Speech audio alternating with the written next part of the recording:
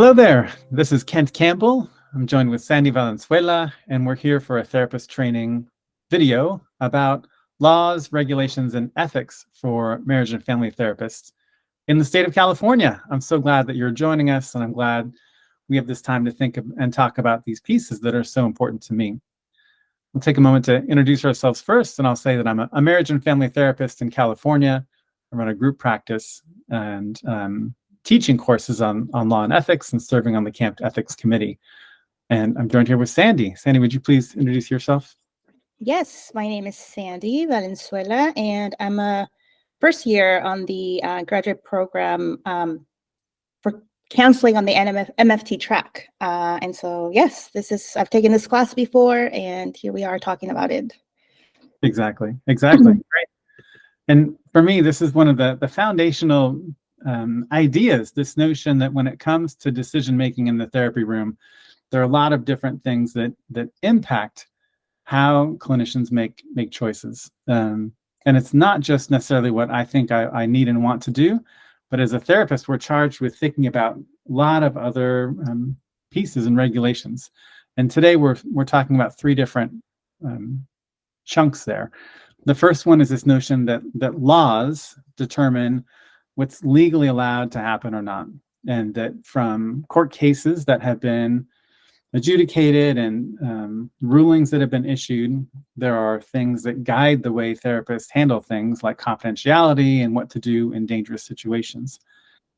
Likewise, in our state of California, there's this regulatory body called the Board of Behavioral Sciences that says a lot about how those laws are going to be implemented into business practices, how businesses are supposed to run, and what ethical consequences there are for folks who run afoul of those laws.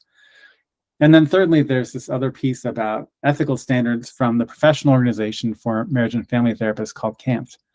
And these are the ethical norms that kind of set the foundation for all the work that therapists do.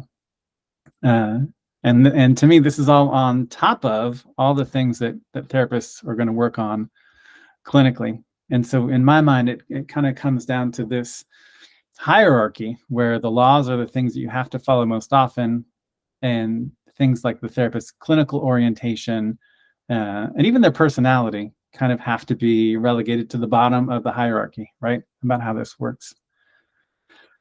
And Sandy, I'd invite you to jump in anytime you want here. I didn't think to explain or ask you about this part, but if there are any pieces here that you'd want to explain or reflect upon, feel free to jump in.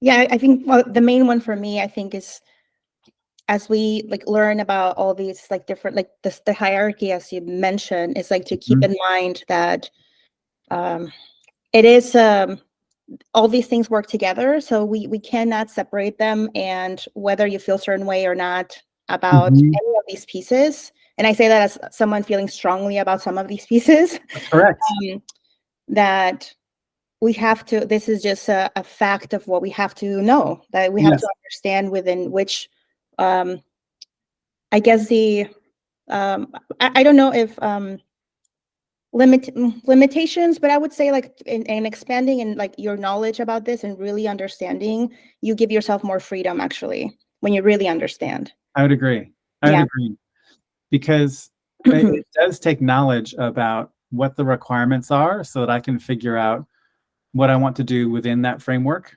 And also it gives me a chance to say, I don't necessarily agree with this piece. I understand that this is what's out there, but this is a way that I can counter that. You and I have talked about the importance of multicultural perspectives and thinking about things philosophically, ethically, about how systems work. And so this idea about understanding nuances, does really matter.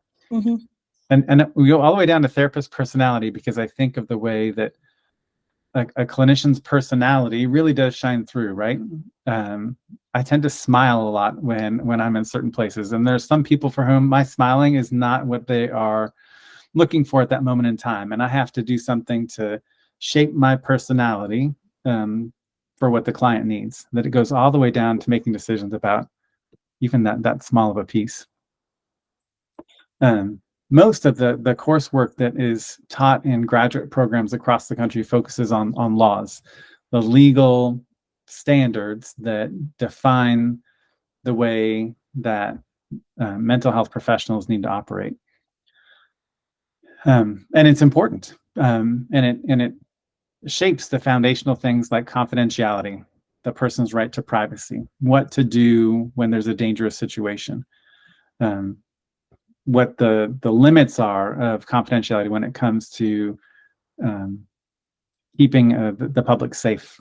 I like to talk about the idea that confidentiality makes essentially an umbrella where if the client knows that under this space of confidentiality, a client can talk about whatever they need to openly, discuss their deepest secrets, greatest fears, the parts of them that are afraid about being judged by other people, that they can share those aspects of themselves with a therapist and know that that content of that conversation is not going to be shared with others. That's the intention of the laws that create confidentiality for psychotherapy. I like to think that also underneath that lies the responsibility of the therapist to protect the client and protect the public good. And so laws talk about things like if someone is a danger to themselves or a danger to someone else, a therapist can break that confidentiality. And in fact, from our Tarasoff cases and our notion that the Tarasoff 2-step, we're supposed to assess and act. We're supposed to figure out what the extent of the danger is and decide what the best course of action would be to do something about that. These standards are enforced by government, and what that can mean is that if a therapist breaks those laws about confidentiality or otherwise, there are ways that clients can sue them in a court of law, or that there would be legal consequences for those kind of troubles. But this is the way that the state, federal, and state governments decide what's allowed to happen and not. Can I add, I think specifically for the law piece,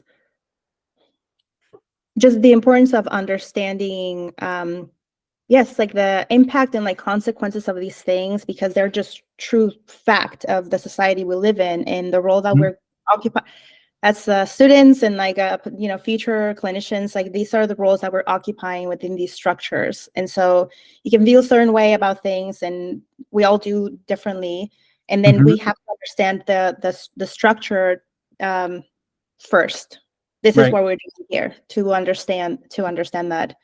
I think is so important. And I think those cases are also so important. I don't know at this point if you had already gone over them or not, but they really go into detail as to like what we're talking about when we talk about safety and really taking care of individuals and extended community within this framework, really. Yeah, exactly. And big picture, do you want to say anything else about those cases or what the messages are that you took from those studies? Yeah, I mean, I first that's like I would say like year one student, right? Like, and I don't know, is that I wasn't thinking about these potential possibilities, like these potential scenarios, and so my instant response was like, why is this like criminalization of things? Where are we going with this? Are we policing our clients? What are we doing?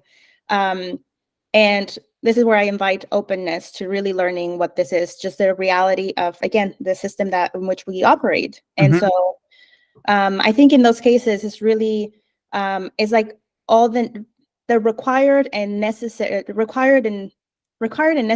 precautions to make sure that people, your client directly, and really we're part of a community, a bigger community. We belong to the society. And so it becomes our duty, like we're signing up for this, which is a role that's goes beyond it's not an individual contribution. We're part of something. Yes. So that, to me, those cases really showed that, there's like big consequences to these things, and we're trying to use the systems that exist to make sure that we do what we can to. Yes. Yeah.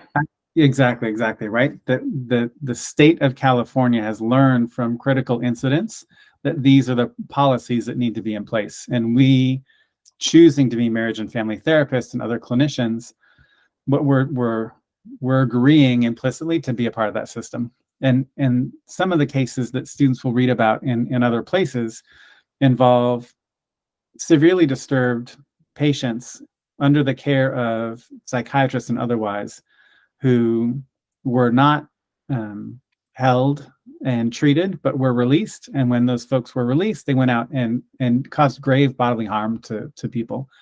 And it's eye-opening for me to think about that kind of a consequence. And for most of what most marriage and family therapists do, that's not the reality of our day-to-day experience. But to understand that there are situations where it's life and death about whether or not someone gets treated, and sometimes is held against their will. Those very rare cases did a lot to define what the guardrails are at the far edges of things. Most of the time, we're operating at a level much lower than that, but this kind of healthy respect for the law that Sandy articulates makes sense. And also this piece of, there's this notion that being the people who hear the secrets and get to see patterns, we get to see the way that societal systems are impacting people. And we have a responsibility, we believe, as clinicians to do something about it, right? And so then thinking about regulations. And so each state and the District of Columbia in our country have regulations that are dictated by the state. Those regulations are decided oftentimes by the legislature and then enforced by different boards. In California, it's the Department of Consumer Affairs that supervises over 35 different organizations, from barbers and accountants and real estate agents to also to marriage and family therapists. And in our group, the Board of Behavioral Sciences, it includes licensed marriage and family therapists, licensed professional clinical counselors, social workers, and school psychologists. And that from the 1960s, when this board began, until it took its name around about 1997, the notion is that the BBS has a lot to say and do about how regulations are enforced that have to do with things like advertising, but all the way down to ethical behavior and operation. And we'll come back to thinking about these two in just a minute. But that leads us to our third category in this notion about ethics and CAMFT. I wonder, Sandy, do you want to say anything about the idea about CAMFT and ethics and this part? I'll pick up on other pieces. Yeah, this one, I mean, I really like this because ethics, without going into detail about what that means, I mean, it's up to people's interpretation, and that would be really hard to do. I mean, yes, like your slide says, like morality and values. I mean, there has to be some kind of minimum standard that's agreed upon. Otherwise, I mean, things would be really vary from person to person. It would be really hard to judge who is being ethical or not. And so I think this is crucial for that reason, for the minimum standard. Let's set something, a base for what this means. Exactly. And communal decisions about what those are. And so in our state of California, it's the California Association of Marriage and Family Therapists. That's the professional organization for our group.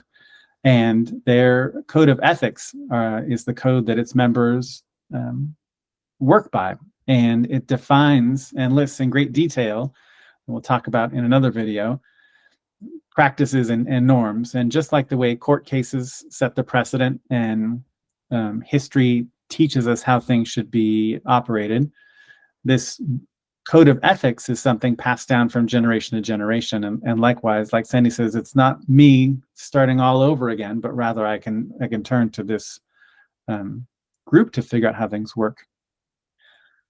One thing about this is kind of, it's not exactly confusing or perplexing, but maybe interesting, is the idea that the ethics code of CAMFT is one that's enforceable for the therapists who are members of CAMFT, but not for people who are not a member of the professional organization. And so what it means is that this code of ethics is listed and clear and something that some people adhere to as members, but other people who are not members are not held to that same standard.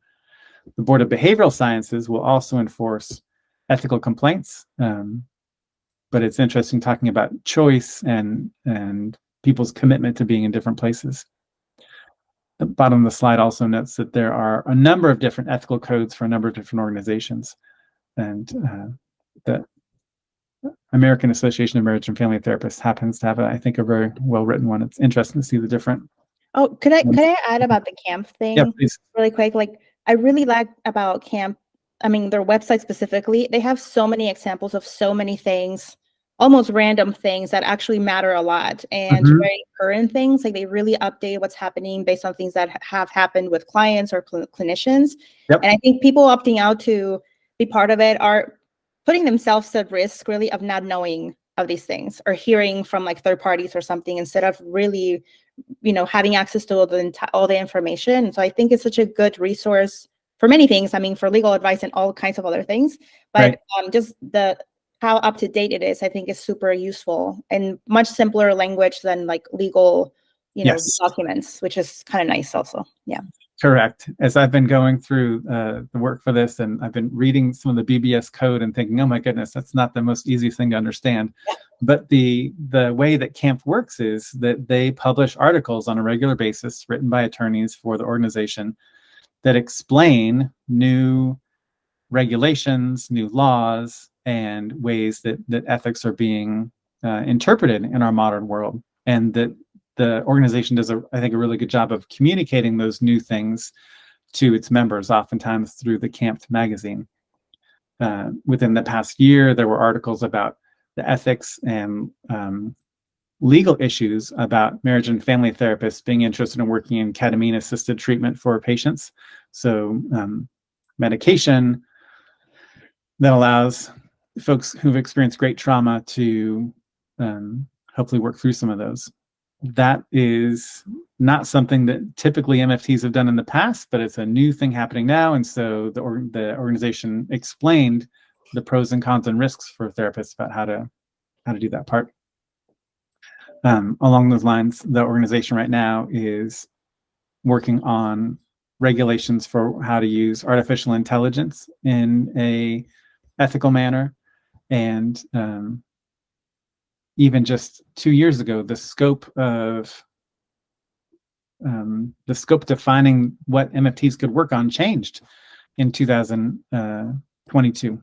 And so being able to be aware of those, you bet, super important.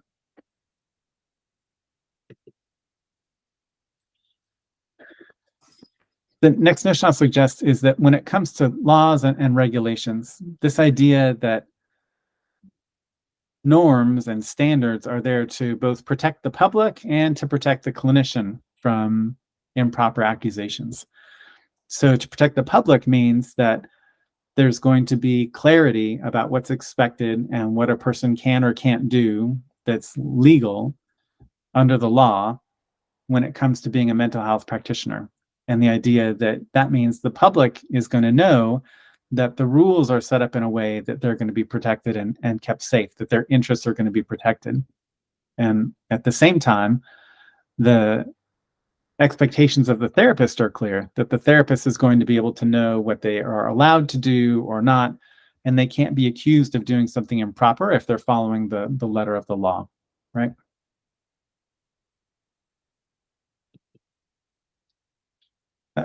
The way that is enforced oftentimes ends up being through this Board of Behavioral Sciences that we call the BBS. And I was interested to see it's a board of people who really are human beings that will go ahead and determine, based upon interpreting the law, what regulations will be and write the business code. They will be the ones who will also hear about complaints for different people and decide what the right choices should be. But this idea that this board is going to do its best to determine what laws and regulations should be.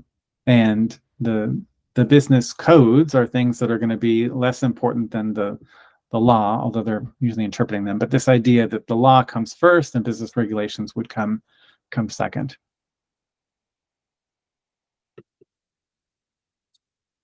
And then thirdly, there's this idea about the code of ethics that we've made reference to. You can find it online. and through the link here, and just by Googling CAMP Code of Ethics, it will pop right up. But this idea that if a therapist were to do something that would be unethical, but not necessarily illegal, if a therapist were to improperly terminate care for a patient and just suddenly stop calling someone and stop seeing someone, that wouldn't be illegal, but that would be something that would be unethical based upon the CAMP ethics code, that what it says is that you don't abandon your patients.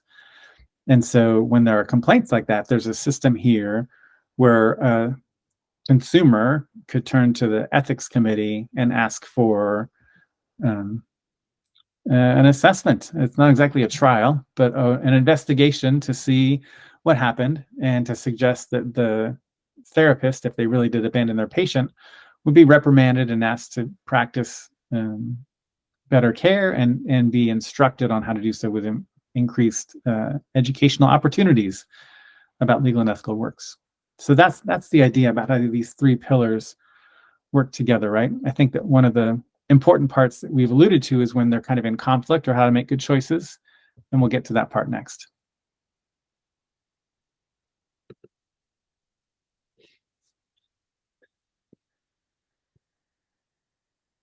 Lower down on the hierarchy comes the part that many clinicians are very excited about, this idea about my theory.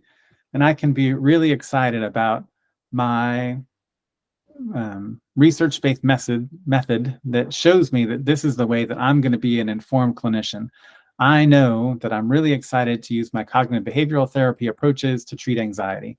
And I believe that I'm going to be really effective as a clinician if I can adhere to the principles of my theory and look to use that to provide good treatment for people. As long as the theory follows the laws, regulations, and ethics, that's something that works. And then comes this part about personality and style. And I think that even shows up as far as how an office is decorated, or what the therapist wears, or what kind of language we use. All of that communicates subtle ways about who we are and how we think, what we think good health and healthiness would be.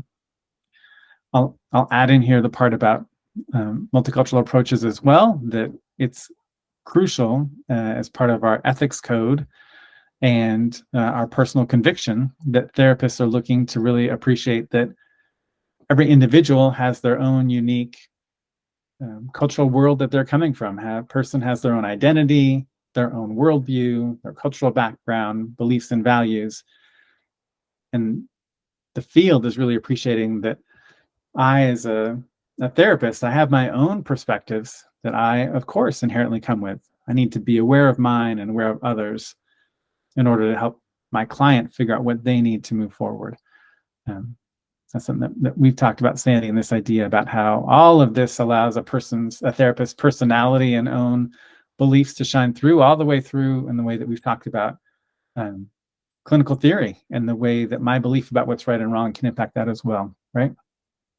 Yeah, I think a lot of like reflection, like such important, like the need of that. It's not just reflecting on like your experiences, just things you've lived. It's really also the roles you've occupied in your life, the role that you're going to be occupying, and your identities and your beliefs because of this, because you may become very attached to some ideas and really lose sight of what is needed, which is aside from your need to uphold something potentially. And I think of that, and you can have your theoretical preference maybe, and you need to be open to really see and listen. And so I think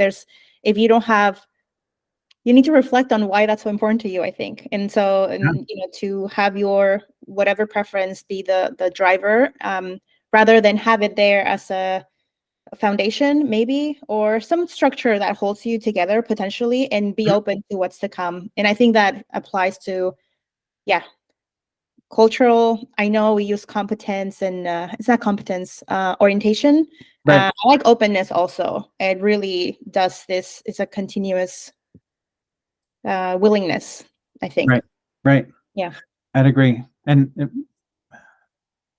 I wonder if the idea about a therapist believing that marriage is how they define a long-term committed relationship. I wonder if that's a worthwhile example in what you're talking about. Mm-hmm. Because to me, I can imagine the way that for a therapist who believes, or just who is used to, from their cultural background, marriage is what it means to be in a long-term relationship. When a client comes in and wants something different, and that can look like a lot of different ways now, Mm-hmm. for the therapist to be able to let go of their own biases and expectations and meet the client with what they need and want, right? Being aware of and being open to. Yes.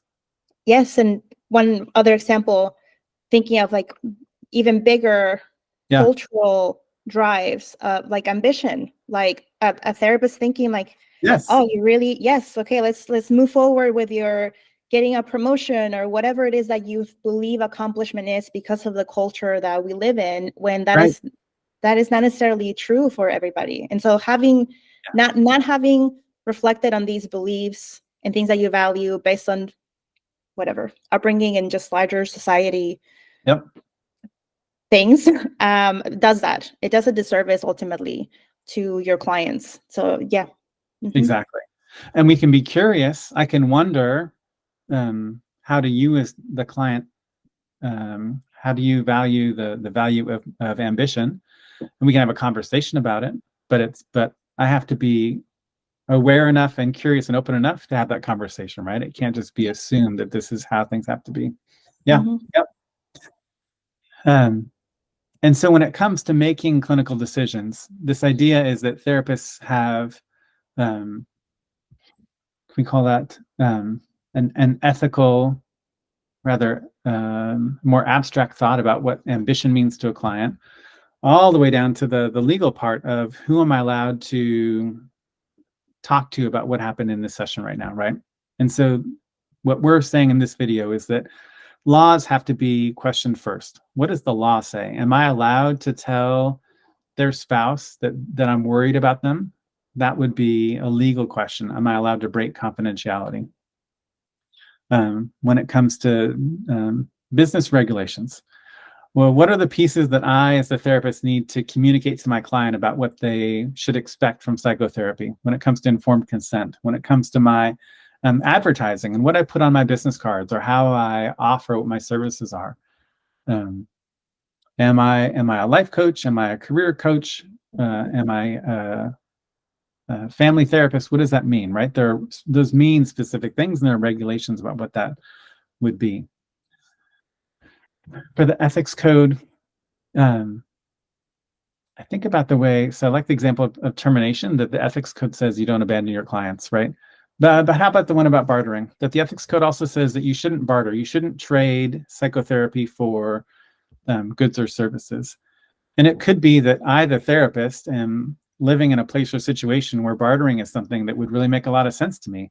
The ethics code is suggesting that there are risks about engaging in exchanges that way. And so that's a spot where my own personal beliefs might bump up against, or my personal situation might bump up against what the ethics code is. The part about theory, and if I'm doing EMDR and working on trauma treatment, that's my counseling theory. I have ideas about who takes charge of the session and who's directive. The therapist is going to be more directive, perhaps, in an EMDR session than in a humanistic approach, right? So our counseling technique is going to decide how we approach things, and then down to being aware of what my personal values are and how those shine through, whether I'm intentionally talking about my sense of progress, or whether I'm asking about my client's sense of cooperation and community with their family and close ones, right?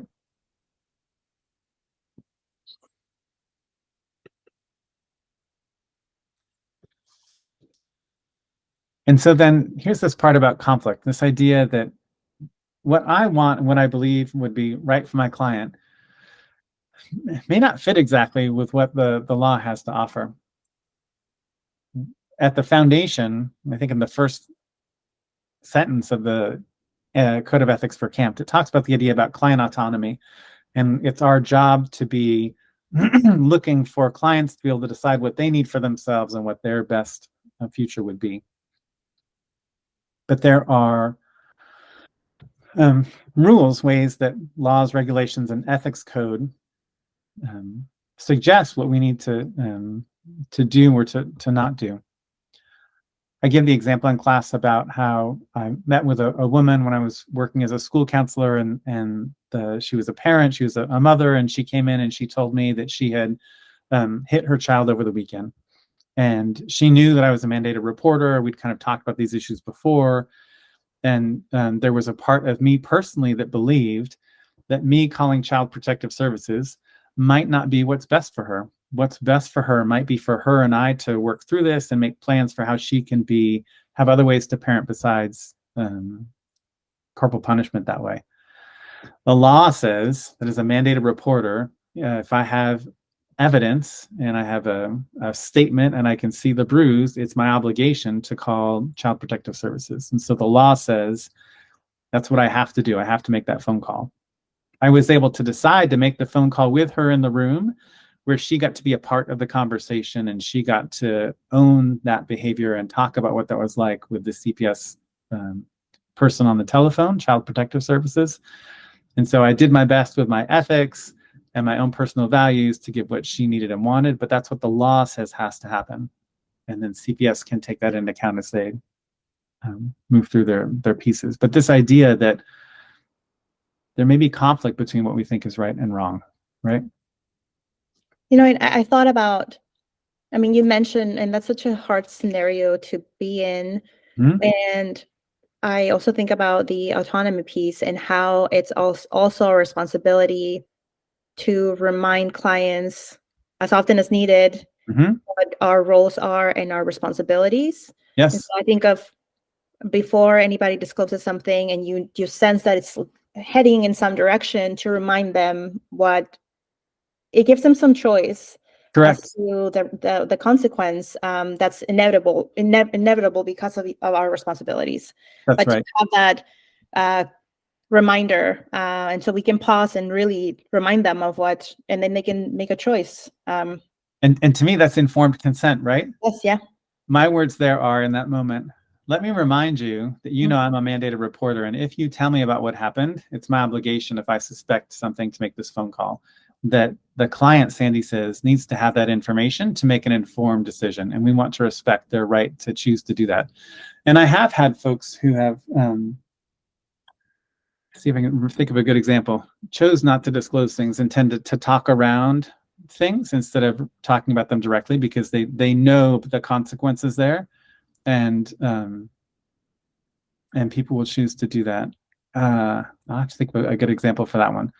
And I'm also aware of mandated reporters who didn't follow up on their suspicions and went to jail because they didn't follow the law. And I'm aware of the ways that particularly white men in positions of power have ignored or allowed abuse to continue. And that I appreciate the reminder that I need to find ways to stick up and protect those who are being hurt, right? So it's important. Yeah. I'm trying to think of a business regulation offhand about a way that what the BBS would say would matter or not. Oh, that would be that the BBS business regulations are going to say a healthcare worker, and again, here in California, MFTs, social workers, professional counselors, and school psychologists, our license is good only within the borders of the state of California. What that means is if we have a client who leaves California and goes on vacation somewhere, if I've been working with this person for many months, they leave the state, they're out of state, and they have a crisis, legally or by the regulatory code, I'm not allowed to give them psychotherapy over the telephone or over a video because they're no longer within the state. My morals and my ethical code says you don't abandon your client, and that if someone is in need, you provide services. But the business code says something very different, that I could be in trouble, I could be liable, I could be punished if I were to try and give care for people who have stepped literally 3 feet over the border into Nevada or whatever it may be. It's there for good reason, to protect people and to make sure that clients who are somewhere else are going to get care locally. But it's a way that these codes can be in conflict, right? Oh, I thought for that, in case the question comes up, maybe that, especially if you're working with somebody who is either in an ongoing kind of crisis situation, and they do have to travel, and so like you have the opportunity to set up some care plan of like maybe like resources where they're going, or so that you know that they're taken care of, and that way, I mean, you take care as much as you can of the ethical part of that. In lieu of like, and that's in cases where it's planned, right? Or it's not like sudden thing. But it's not, you don't have to leave them hanging necessarily. There are options that you can plan ahead. Yeah. That's right, Sandy. That's exactly right. As much as the rebellious part of me, we want to push against the limits, that a more thoughtful approach would be just that, to plan ahead and think about resources. I could think about the example about someone moving away. If I'm working with a high schooler who's going to go to college out of state, the plan would be to scaffold in resources for the student moving elsewhere and make sure that they have someone to be in contact with where they end up where they're going. And so this is that idea then about how honesty and ethics and respect for the client and me having integrity, being willing to follow, to play by the rules as they are written, but knowing what the rules are, to know what my choices are, and to think about ways to make informed decisions. That part, really matters.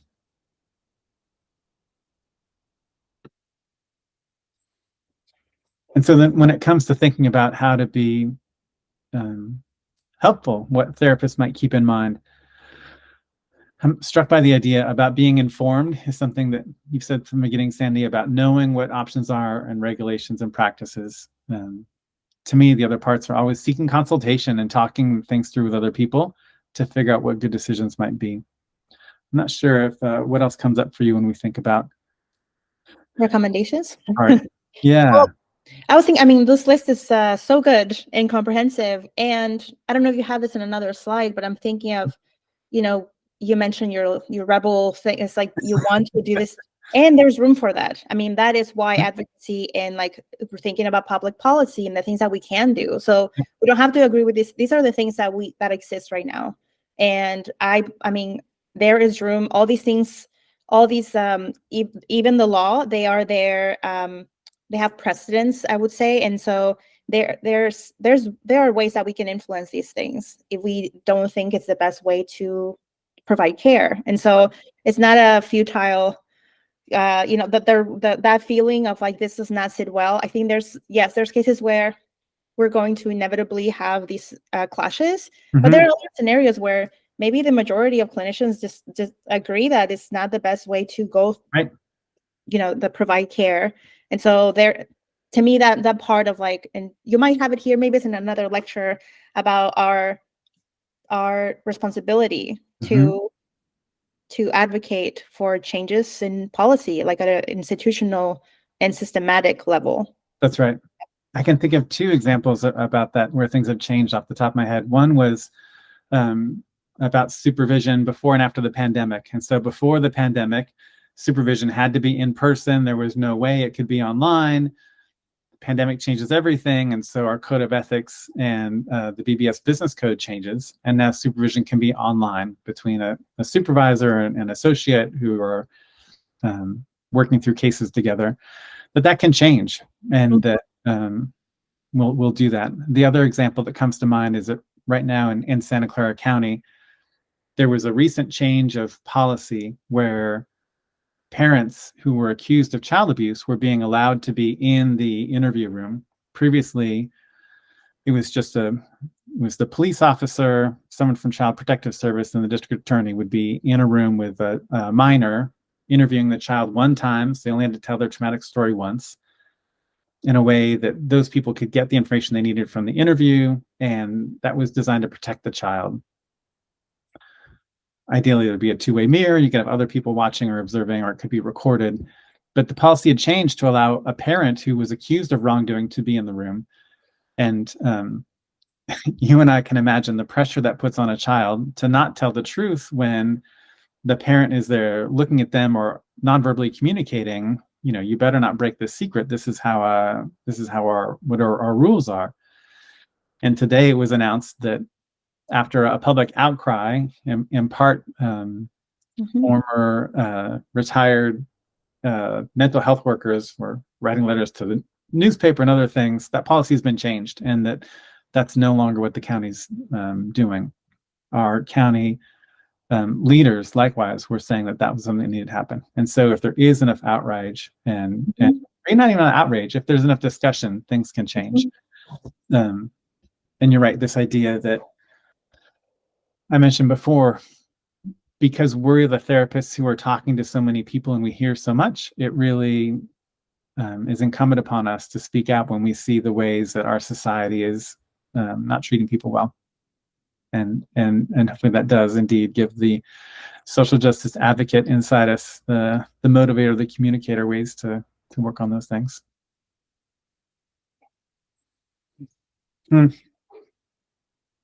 so that's this idea that while there is very much this hierarchy of rules that clinicians need to follow when it comes to working with their clients in mental health care, there is freedom and flexibility within that structure if you know it through and through.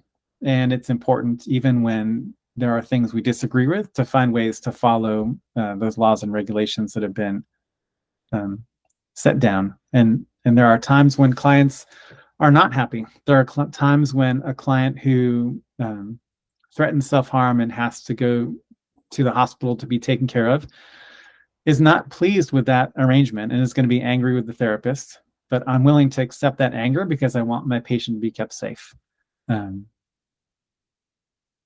so it's and I guess that's part of being a good therapist also, is we have to tell the truth even when it's uncomfortable for our patients to hear sometimes, and this is part of it. But if we follow, as therapists, if we follow these rules, we're going to be protected and not accused of wrongdoing, at least by the outside judges.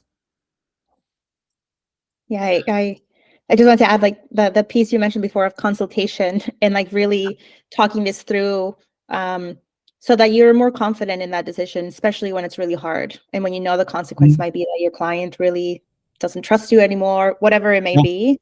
That it was the right decision, as much as you can have confidence in that. Yeah, exactly. I think it's very true. That's exactly it. When we're so often operating in isolation, it can be difficult. Hooray for ways we have agencies and groups to keep us together. Well, Sandy, I'm so glad that you got to be here with us to talk through these ideas. Sure appreciate your time and attention and thoughts here. And I know people online will as well. So thank you for being here. Of course. Yeah, this was fun. Good. With that, we'll wrap up this video and say thank you for your time. Best wishes to you, and hope that this has been helpful. Bye for now.